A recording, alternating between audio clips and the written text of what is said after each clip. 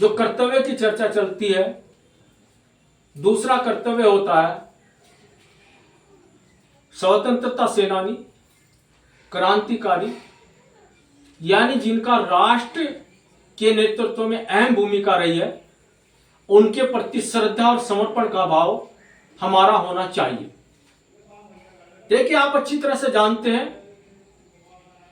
कि जिस समय 1857 में हम देखते हैं इंग्लैंड की आबादी लगभग 2.5 करोड़ थी, भारत की आबादी 15 करोड़ थी। उस 2.5 करोड़ की आबादी में लगभग 1.25 करोड़ स्त्री महिलाएं होंगी, बालिकाएं होंगी, 1.25 करोड़ में पुरुष, युवा और बच्चे होंगे। इस 1.25 करोड़ में अगर मान लिया 65,000 बच्चे हैं जिनकी उम्र 14-15 साल से कम है, तो इससे लगता है कि केवल 60 या 65 लाख ही व्यक्ति ऐसे हैं जो संघर्ष कर सकते हैं या कुछ कर सकते हैं। ऐसी परिस्थिति में अंग्रेज का शासन 70 देशों में था, लेकिन आबादी केवल कितनी थी जो काम करने वाले थे, वो केवल 60 और 65 लाख ही थी। इसलिए हमको विचार करना पड़ेगा कि 70 देशों में सत्ता कैसे कायम की।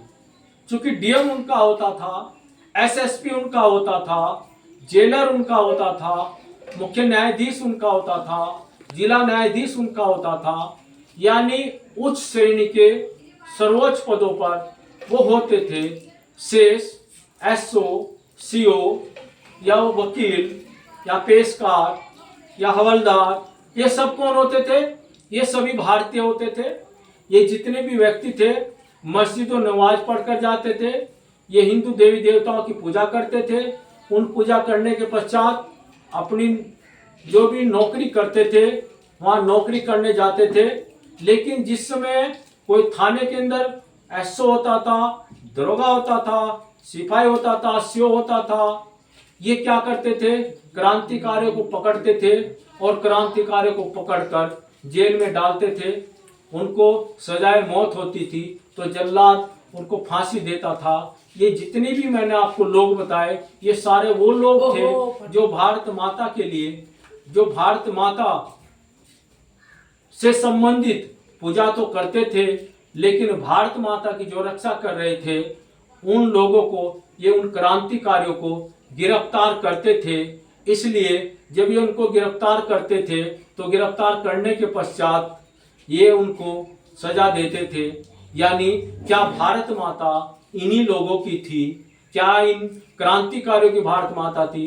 इन सीओ की, एसओ की, दरोगा की, केस लड़ने वाले वकीलों की, या जेल की, या जेल के सिपाहियों की, इनकी ये भारत माता नहीं थी? या इन क्रांतियों की, कार्यों की भारत माता थी? इसलिए ये लोग क्या थे? ये राष्ट्र के प्रति इनका कर्तव्य नहीं था।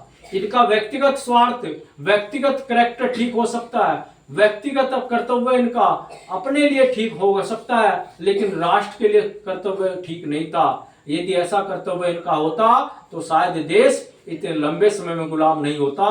तो जो देश के लिए मरे हैं, अपने प्राणों की बाजी दी है, वो 2 तरह के व्यक्ति थे, एक गरम दल के, एक नरम दल के।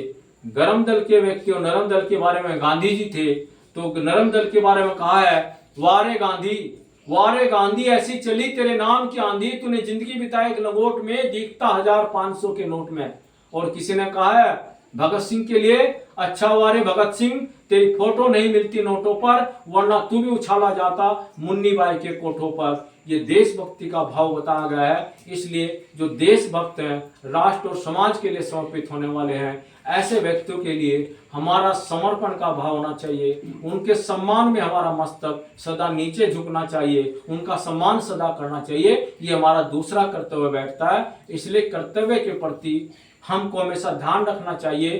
क्योंकि आप देखते हैं कोई नोट होता है तो नोट के एक ओर उस पर गांधी जी बने होते हैं, दूसरी ओर उसी नोट पर संख्या लिखी होती है, और जो संख्या लिखी होती है इसका मतलब है कि गांधी जी वो है जिन्होंने राष्ट्र के लिए काम किया, और जो संख्या है हम व्यक्तिगत कितना काम कर इस पर आधारित है। इसलिए हमको महान पुरुषों का हमेशा सम्मान करना चाहिए, समर्पण उनके प्रति रखना चाहिए, और त्याग की भावना हमारी होगी तभी तो हम अपने कर्तव्य के प्रति राष्ट्र को आगे बढ़ाएंगे।